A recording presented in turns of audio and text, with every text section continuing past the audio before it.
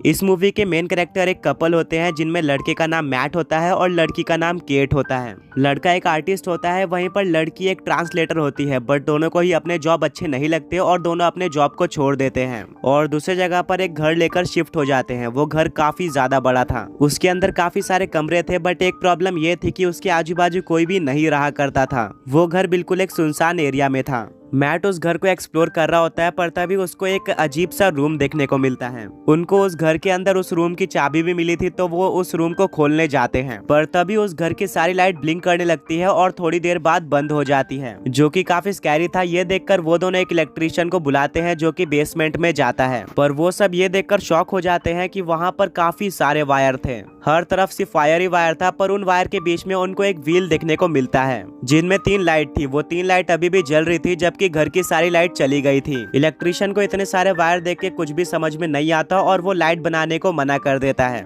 और वहाँ से चले जाता है। पर जाते जाते वो मैट से पूछता है कि तुमने यहाँ पर घर क्यों लिया? यहाँ पर काफी टाइम से कोई भी रहने नहीं आता है और काफी टाइम पहले कोई यहाँ पर रहने आया था, पर कुछ देर रहने के बाद उनका भी मर्डर हो जाता है। ये सुनकर मैट काफी ज्यादा घबरा जाता है, पर वो केट को इसके बारे में कुछ भी नहीं बताता और इसके बारे में और ज्यादा जानने के लिए वो इंटरनेट पर सर्च करता है, जहाँ पर उसको देखने को मिलता है कि 1975 में इस घर में एक कपल रहने आया था, पर किसी लड़के ने उनको बिना किसी रीजन के मार दिया एंड उस लड़के को एक सजा के तौर पर मेंटल हॉस्पिटल में भेज दिया गया। मैट ये सब सुनकर काफी ज्यादा घबरा जाता है और एक लैम्प के नीचे जाकर बैठ जाता है। मैट सोचता है कि काश मेरे पास एक और वाइन की बोतल होती। तभी वो लैम्प थोड़ा सा ब्लिंक करता है और मैट के सामने एक वाइन की बोतल आ जाती है, जिसको देखकर वो शॉक हो जाता है। इसके बाद वो सो जाता है। अगले सुबह केट घर पर आती है, जहाँ पर वो देखती है कि मैट सोया हुआ है, बट उसके आसपास काफी सारी चीजें पड़ी हुई हैं। तभी यार मैट उठ जाता है और वो केट को काफी सारी चीजें दिखाता है, जैसे कि पेंटिंग या फिर ड्रेसेस। केट पूछती है कि ये सारी चीजें यहाँ पर कैसे आई? मैट बोलता है कि ये सिर्फ मैंने विश की थी और सारी चीजें अपने आप आ गई। तुम भी विश करके देख सकते हो, जो भी तुम विश करोगी वो चीज तुम्हारे पास आ जाएगी। ये सुनकर केट को अजीब सा लगता है, पर वो एक जॉब के लिए विश करती है जो कि उसको नहीं मिलती। मैट बोलता है कि यहाँ पर जॉब विश करने से कुछ भी नहीं मिलता, जॉब के अलावा तुम कुछ भी विश कर सकती हो। फिर केट काफी सारे पैसों के लिए विश करती है, जिसके बाद वहाँ की लाइट ब्लिंक होती है और उनको काफी सारे पैसे मिल जाते हैं घर के कोने में पड़े हुए।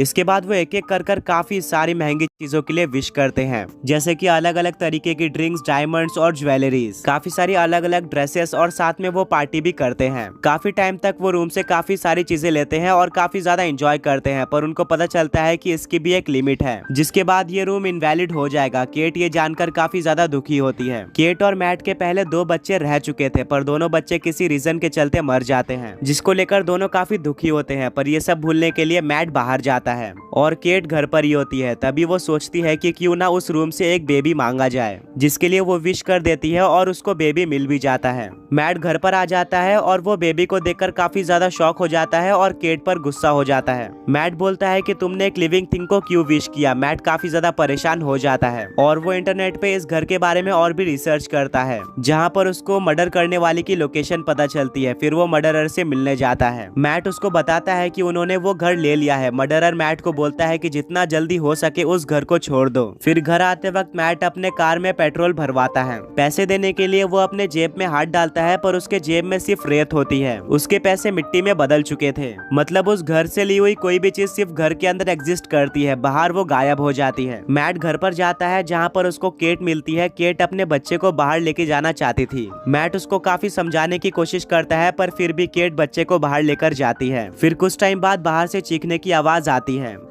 मैट बाहर जाकर देखता है तो उसको पता चलता है कि उनका बच्चा बड़ा हो चुका है। वो 7 से 8 साल का हो चुका था। फिर सब घर के अंदर आते हैं। उनको पता चल जाता है कि अगर वो किसी लिविंग थिंग को बाहर लेकर जाते हैं तो उनकी एज बढ़ने लग जाती है और वो कुछ ही टाइम में बुढ़े हो जाएंगे और मर जाएंगे, और इसीलिए वो उस लड़के को घर के अंदर ही रखते थे। उन्होंने उस लड़के का एक नाम भी रख दिया था, जो कि था शेन। मैट को वो लड़का बिल्कुल भी नहीं पसंद था, इसीलिए वो अपने अलग कमरे में रहता था और केट और शेन अलग कमरे में रहा करते थे। काफी टाइम तक वो ऐसे ही रहते हैं, पर शेन को बाहर जाने का मन करने लगता है, पर कोई भी उसको बाहर जाने नहीं देता और वो सिर्फ घर के अंदर रहकर ही परेशान हो जाता है। तभी वो पूरा घर एक्सप्लोर करने लगता है। शेन उस अजीब से बेसमेंट के अंदर भी चले जाता है एंड उसको सब कुछ पता चल जाता है कि उसको यहाँ पर कैसे लाया गया है, एंड उसको अपने काफी सारी हिडन पावर्स के बारे में भी पता चलता है। हिडन पावर जैसे कि वो सोचकर उस रूम को किसी भी चीज में बदल सकता था। इसी का फायदा उठाते हुए शेन उस रूम को एक काफी बड़े गार्डन में बदल देता है जहाँ पर स्नोफॉल भी होती है। वहाँ पर वो स्नोमैन भी बनाता है। केट ये देखकर काफी ज्यादा खुश होती है, पर मैट को ये सब सही नहीं लग रहा था।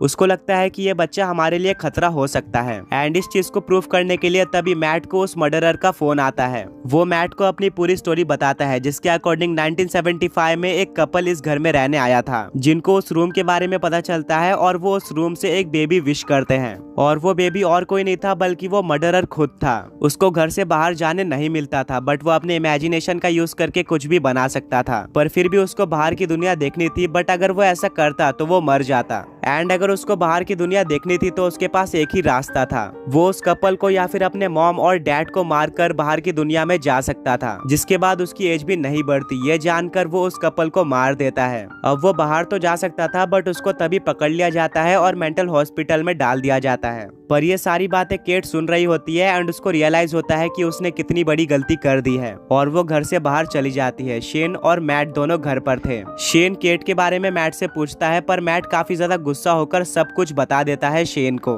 मैट शेन को काफी ज्यादा डांटता है, बट फिर उसको रियलाइज होता है कि कुछ भी हो वो तो एक बच्चा ही है, इसीलिए वो उसको समझाता है और उसके साथ सो जाता है। फिर केट घर पर आती है। मैट और शेन दोनों को साथ में देखकर वो काफी ज्यादा खुश होती है। सब काफी खुश हो जाते हैं, पर अगले दिन शेन अपने आप को 18 साल का इमेजिन करता है और वो बड़ा हो जाता है। बड़े होकर वो मैट को मारने की कोशिश भी करता है, जिसके बीच में केट आ जाती है। उसको चोट लग जाती है और वो बेहोश हो जाती है। फिर केट होश में आती है एंड उसको सामने मैट दिखता है। मैट पूरी कहानी बताता है कि मैंने और शेन ने एक लड़ाई की थी, जिसके बीच में मैंने शेन को मार दिया। ये सुनकर केट काफी दुखी होती है, बट वो डिसाइड करती है कि अब हमको यहाँ से निकल जाना चाहिए। पर मैट बोलता है कि हमारे पास सरवाइव करने के लिए पैसे नहीं बचे हैं और हमें यहाँ पर सब कुछ मिल रहा है जो कि हमें चाहिए, तो हमें यहीं पर रहना चाहिए। केट को मैट का बिहेवियर थोड़ा अलग लग रहा था, बट वो इस चीज को इग्नोर करती है। पर देखते देखते उसका बिहेवियर काफी ज्यादा अजीब हो जाता है, जिससे केट को पता चल जाता है कि वो मैट नहीं बल्कि शेन है, जो कि अपने पावर्स का यूज करके मैट में ट्रांसफॉर्म हो गया था। मैट होश में आता है और वो केट और शेन को ढूंढने निकल जाता है पूरे घर में। फिर वो दोनों मैट को दिखते हैं, पर उसको देखने को मिलता है कि वहाँ पर शेन नहीं था बल्कि एक और मैट था। ये देखकर केट भी काफी ज्यादा कंफ्यूज हो जाती है कि रियल मैट कौन है और दोनों में से शेन कौन है।